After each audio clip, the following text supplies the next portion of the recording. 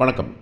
இன்றைக்கி நடந்ததில பொதுவையில வந்துட்டு இவங்க சரியா, அவங்க சரியா அப்படிங்கிறத நம்ம யோசிச்சு பார்த்தோம். அப்போ மீனாவோட அப்பா, அம்மா யோசிக்கிறது ஒண்ணும் தப்பு இல்ல அப்படின்னு தோன்ற அதே நேரத்தில வந்துட்டு முத்துவேலும், சக்திவேலும் வந்துட்டு பழனிக்காக யோசிக்கிறதுலையும் தப்பு இல்ல.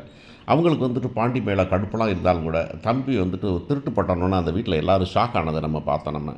நம்மளே ஷாக் ஆனோம் அப்படிங்கிறத பார்க்குறோம். அதெல்லாம் வந்து அவங்க சரியா, தப்பா அப்படின்னு யோசிச்சிருக்க நேரத்தில, செந்தில் பண்ணுறது ரொம்ப அக்கிரமத்துக்கு தப்பு அப்படிங்கிறதுல அர்த்தமே இல்ல. இங்க தப்பே இல்ல அப்படின்னு தான் சொல்லுது. இப்போ என்ன பண்ணுறாங்க, மீனா வந்து வீட்டுக்கு வந்துடுறாங்க இங்கே. ஏன்னா காலையில் வந்துட்டு சாப்பாடு கீப்பாடுனாங்க. இங்கே வந்துட்டு மதியம் வந்துட்டு நைட்டு வந்து சாயந்தரம் ஆஃபீஸ் முடிஞ்சு இங்கே வந்துட்டாங்க. வந்தாக்க இங்கே ஒரே சந்தோஷம். வந்தோன்னே அது ராஜி இப்போ அரசி சொல்கிற மாதிரி தான். நாங்கள்லாம் இருந்தால் சுண்டல், மீனா நீ வந்தால் மட்டும் உங்களுக்கு வடை சுடுறீங்களா அப்படின்னு சொல்லிட்டு வடையை சாப்பிட்டுட்டு இருக்காங்க. ராஜி வந்து கட்டி பிடிச்சிக்கிறாங்க, ஹக் பண்ணிக்கிறாங்க. ஏற்கனவே ராஜிக்கு வந்துட்டு மீனா போனதில் வருத்தம். அதனால் வந்து பார்க்கணுதுன்னு பட்டுருக்காங்க.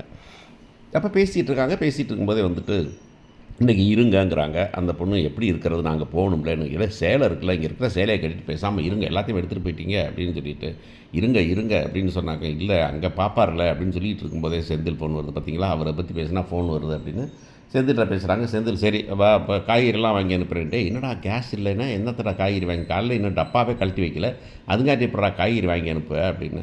காய்கறி வாங்கிக்கலாம். அப்புறம் வந்துட்டு நீங்கள் ஒன்றும் நான் சிக்கன் கிரேவி தோசை செஞ்சுருக்கிறான் அப்படின்னு. ஏன்னா காலையில் தான் இட்லி மாவு வாங்கினா தான் இட்லி ஊற்ற முடியும்னு சொன்னாங்க, கடையில் சாப்பிட்டுக்கலாடாங்க, எப்போ தோசை மாவு கரெக்டாக வாங்கிட்டியா நீ பாட்டில் அப்படின்னு. தோசையும் சிக்கன் கிரேவியும் அப்படின்னு. இந்த பொண்ணு சரி சரின்னு பேசி வச்சுட்டு, என்ன என்ன நீ வழக்கமாக நீ பேசுவ, இப்போ நீ ஏன்னு கேட்குறேன்னு. ஒன்றும் இல்லை, அவரே சொல்லிட்டார் நீங்கள் தங்கிட்டு பார்த்துக்கிட்டு நான் இங்கேயே தங்கிட்டு போகிறேன் அப்படின்னு இந்த பொண்ணு சொன்னது வந்துக்கிட்டு. அதான் இது நேருக்கு நேர் இருந்தேன். ஆனால் இதெல்லாம் வந்துட்டு இப்படி சண்டை போடணும், அசிங்கப்படுத்தணும், பிளான் பண்ணணும், பிளான் பண்ணி அவனை அவமானப்படுத்தணும் அப்படிங்கிறதெல்லாம் தாண்டி ஏன் பேசி தீர்த்துக்கலாமே அப்படின்னா, அவன் பேச முடியாது, தீர்த்துட்டு தான் பேசணும் அப்படின்னு மீனா முடிவு பண்ணிட்டாங்க.